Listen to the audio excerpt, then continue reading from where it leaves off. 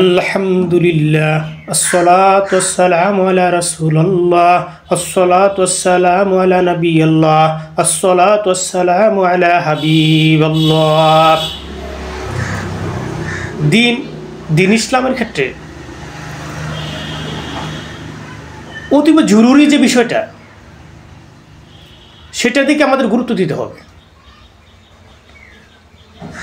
এ ব্যাপারে যারা দিন ইসলামের ব্যাপারে যারা পরিচিতি দান করছেন, মান্যতার ব্যাপারে যারা কথা বলছেন, যারা উৎসাহ বোধ জাগ্রত করছেন, উদ্দীপনার সহিত যার বর্ণনা করছেন এবং এর সাথে সম্পৃক্ত হওয়ার জন্য চেষ্টা করছেন, যত উপদেশ দিয়ে যাচ্ছেন আমাদেরকে, আলহামদুলিল্লাহ, আল্লাহ রাব্বুল আলামিন তাদের কাজে বরকত দান করুন।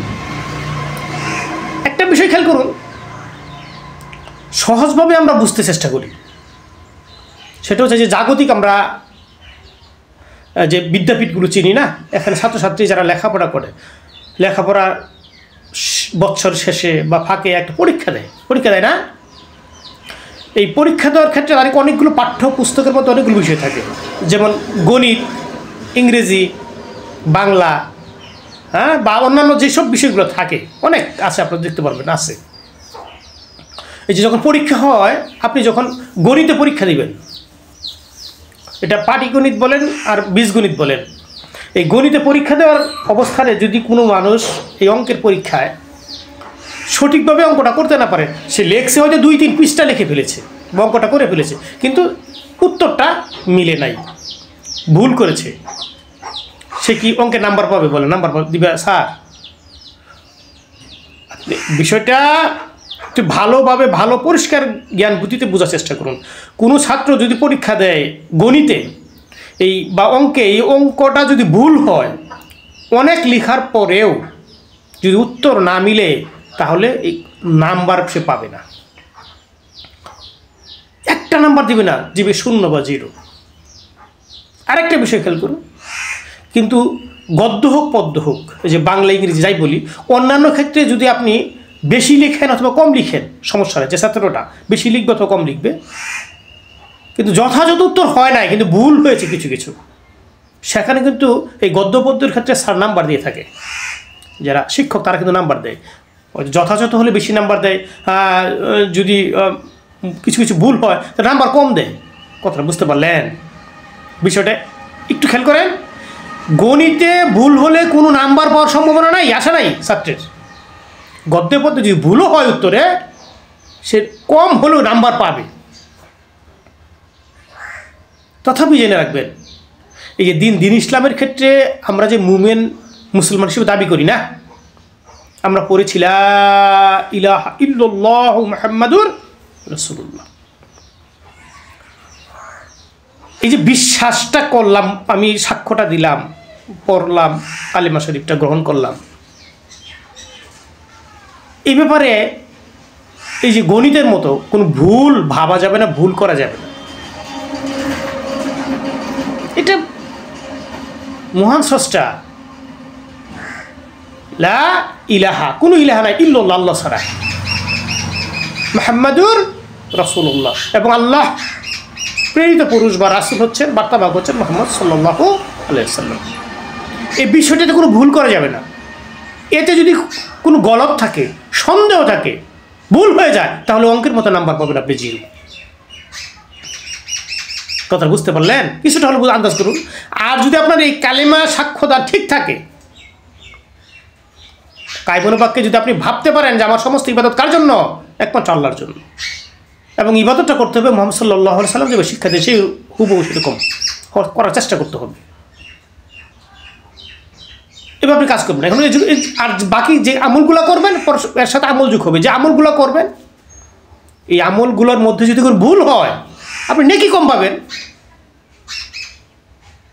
শূন্য হবে না। কথা বুঝতে পারলেন? আপনার খাতা শূন্য হবে না, নেকির অবস্থানটা শূন্য হবে না, নেকির কম বেশি পাবেন। আপনি যত সহি শুদ্ধ করে করতে পারবেন আমলটা, তত আপনার পুণ্য বেশি হবে, নেক বেশি হবে। এটা আল্লাহ রাব্বুল আলামিন বলেছেন।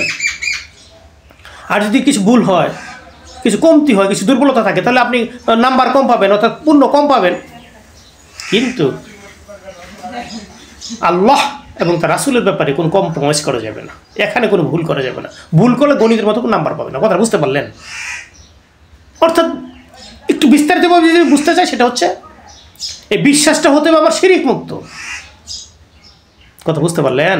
আল্লাহ রাব্বুল আলামিনকে আমি বিশ্বাস করলাম এক আল্লাহ, একমাত্র ইলাহ আল্লাহ, এটা শিরিক মুক্ত হতে হবে, তাহলে পরিশুদ্ধ থাকবে। আর একটা বিষয় হচ্ছে যে আমল যে আমি করবো, এই আমলটা বিদাত মুক্ত থাকতে হবে। বিদাত কি? নব্য সৃষ্টি। মানে আমলের মধ্যে আল্লাহ রাসূল সাল্লাল্লাহু আলাইহি সাল্লাম যেভাবে শিক্ষা দিয়ে গেছে, শিখেছে, সেভাবে করতে হবে। এই আমলের মধ্যে অতিরঞ্জনের যে বিষয়টা, অতিরঞ্জিত করার যে বিষয়টা, এটা থাকবে না, এটা থাকতে পারবে না। আমি কতটুকু বোঝাতে পারছি জানি না, আমার অল্প জ্ঞান বুদ্ধি দিয়ে আমি সাধারণভাবে বোঝানোর চেষ্টা করি, অত জটিল আলোচনা রাখার কখনোই আমি চেষ্টা করি না। মনের মধ্যে উদয় হলেও যে কথাটা জটিলভাবে করার জন্য আমি মনকে বুঝাই না, জটিলভাবে না, সাধারণভাবে কত সাধারণভাবে করা যায় সেভাবে করার চেষ্টা করি। কথা বুঝতে পারলেন? আল্লাহ রাব্বুল আলামিনের বিশ্বাসের ক্ষেত্রে, তাকে মানার ক্ষেত্রে, তাকে জানার ক্ষেত্রে কোনো শিরিক করা যাবে না।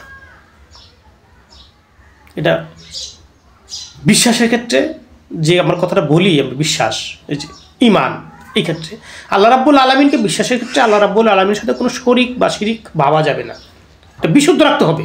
আর আমলের ক্ষেত্রে বিদাত করা যাবে না, এটাকে বিশুদ্ধ রাখতে হবে। আমলের ক্ষেত্রে বিদাত মুক্ত রাখতে হবে। কথাটা বুঝতে পারলেন? আমরা আল্লাহ রাব্বুল আলামিনকে বিশ্বাসের ক্ষেত্রে যাতে শিরিককারী না হই, মুশরিক না হয়ে যায়, এই বিষয়টা খেয়াল করতে হবে। এটা খেয়াল করলে আপনি ওই অঙ্কের নাম্বারের মতো কি বিষয়টা কিন্তু খেয়াল করবে। এটা জটিল অঙ্কের, যেমন ভুল হলে নাম্বার পাওয়া যায় না, আপনি যতই লিখেন। তথাপি কোনো আল্লাহ রাব্বুল আলামিনের সাথে কোনো মানুষ শিরিক করে, তাহলে তার আমলের কোনো পরিমাপ হবে না, আমলের কোনো দাম হবে না। কথা বুঝতে পারলেন? আর যদি আমি শিরিক মুক্ত বিশ্বাস আল্লাহ রাব্বুল আলামিনকে এ ব্যাপারে রাখতে পারি, করতে পারি, তাহলে আমি যদি আমল করব, আমলটা যদি বেদাত মুক্ত হয়, তাহলে কি করব? আমি পুণ্য পাবো, নেক পাবো। যদি এত দুর্বলতা থাকে, কমতি বাড়তি থাকে, তাহলে তারতম্য হবে নেকির। কথা বুঝতে পারলেন? এই যে বিদাতের কথাটা আসলে, বিদাত মানে আপনি একটা জেনে রাখবেন, সরলতার বাহিরে যে অতিরঞ্জিত যে বিষয়টা আমল ক্ষেত্রে যোগ হয়, এটা করা যাবে না। আপনি আর যাই বলেন, নব্য সৃষ্টি হচ্ছে অতিরঞ্জিত করা, অতিরিক্ত যে ভাব গাম্ভীর্যতা এনার চেষ্টা লক্ষ্যে যে নতুন কিছু সৃষ্টি, এটি হচ্ছে বিদাত। এটা করা যাবে না আমলের ক্ষেত্রে, এই বিদাতটা করা যাবে না। এটা অবশ্যই জ্ঞান বুদ্ধি দিয়ে আপনারা জানার চেষ্টা করতো। আমি বললেই আপনি সব শিখতে পারবেন না, আমিও এখন শিখতে পারছি না, আমি বললেই তো আমি সব শিখে ফেলেছি, এরকম তো নয়। তো আপনাদের বলেও শেখানো যাবে না, এটা আপনার নিজের চেষ্টায়, নিজের জ্ঞান বুদ্ধি দিয়ে এর মধ্যে থাকার চেষ্টা করতে হবে। তো জটিল বিষয় হচ্ছে শিরিক মুক্ত বিশ্বাস চাই অন্তরের মধ্যে। আল্লাহ রাব্বুল আলামিন একমাত্র ইলাহ, ইবাদতের মালিক, ইবাদতের যোগ্য একমাত্র হচ্ছে আমার আল্লাহ। আমার যত ইবাদত বন্দিগি হবে একমাত্র একনিষ্ঠতা থাকবে স্রষ্টার উদ্দেশ্যে। আর যে আমলগুলো আমি করবো, এই আমলগুলোর সাথে নব্য সৃষ্টি যোগ বা অতিরঞ্জিত কি বিষয় যোগ না হয়। আল্লাহ রাসূল যেভাবে করেছেন হুবহু সেভাবে করার চেষ্টা করা। এর মাঝে যদি সহজ পথে কিছু ভুল হয়, এটা আল্লাহ রাব্বুল আলামিন ক্ষমা করবেন। তো আমরা এই বিষয়গুলো একটু খেয়াল করব। এই বিষয়টি খেয়াল না করলে তো হয় না। আমরা মুমিন মুসলমান হিসেবে দাবি করলে এগুলো আমাদেরকে নিজের জ্ঞান বুদ্ধি দিয়ে এটা ব্যক্তিগতভাবে চেষ্টা তদবির করি হোক, অপরের সাথে পরামর্শ ভিত্তিতেই হোক, এটা আমাদের জানতে হবে, জানার জন্য চেষ্টা করতে হবে। এবং দিন ইসলামের মধ্যে অন্তর্ভুক্ত থাকতে হবে, লেগে থাকতে হবে, জুড়ে থাকতে হবে। দিন ইসলামের ভাঙন ধরানো যাবে না। কারণ মানুষ আমরা দুর্বল চিত্ত, দুর্বল মনা, অল্পতেই আমরা বিভিন্ন অবস্থানে ভেঙে পড়ি, এরকম করা যাবে না। সুতরাং নিজের জ্ঞান বুদ্ধি দিয়ে পরিশুদ্ধতা হাসিলের লক্ষ্যে একা হোক, সম্মিলিতভাবে হোক, এটা পারিবারিকভাবে হতে পারে, সামাজিকভাবে হতে পারে, রাষ্ট্রীয়ভাবে হতে পারে, যত দিন ইসলামের জ্ঞানী গুণী মানুষ আছে তাদের সাথে পরামর্শ করে পুত পবিত্র অন্তর নিয়ে জুড়ে থাকতে হবে। দিন কায়েমের প্রতিষ্ঠা একা করবেন আপনি, একা করলে হবে, সম্মিলিতভাবে করতে হবে। তাহলে প্রতিষ্ঠা রূপ দিতে হলে সম্মিলিতভাবে আমাদের মধ্যে একত্বতা, কি বলি, যে একটা অবস্থান আছে, মজবুতি অবস্থান, এটা সম্মিলিত অবস্থানের মধ্যে আছে। সুতরাং আল্লাহ রাব্বুল আলামিন আমাদের অন্তরটা হিসেবে জুড়ে দিক, আমরা আল্লাহর কাছে এ ব্যাপারে সাহায্য ভিক্ষা কামনা করবো যে আমরা দিন ইসলামের ক্ষেত্রে মুমিন মুসলমান যারা দাবি করি, মুমিন মুসলমান যারা আছি, তারা যেন পরিশুদ্ধতার ভিত্তিতে বা দেখি এক হই। ভাঙন ধরান হয়তো ফতোয়াবাজি এগুলো মোটেই গ্রহণযোগ্য নয়। দিন ইসলামের ক্ষেত্রে কার্যকরী পদক্ষেপ গ্রহণ করে এই দিন ইসলামের মধ্যে থাকতে হবে। থাকলে একটা অবস্থান আমাদের আসবে যেটা আল্লাহ রাব্বুল আলামিন গ্রহণ করতে পারেন বা সন্তুষ্ট থাকবেন। আর যদি আমরা সেরকমভাবে থাকতে না পারি, আল্লাহ রাব্বুল আলামিনের সন্তুষ্টি অর্জন করতে না পারি, তাহলে তো আমরা ধ্বংস হয়ে যাব, আমরা বিপদগামী হয়ে যাব, আমরা অসফল হয়ে যাব, আমরা তো অশান্তির মধ্যে পড়ে যাব। কথা বুঝতে পারলেন না? সুতরাং আল্লাহ রাব্বুল আলামিনের কাছে আমরা দয়া ভিক্ষা চাই। আবারও বলছি, দয়া ভিক্ষা চাই।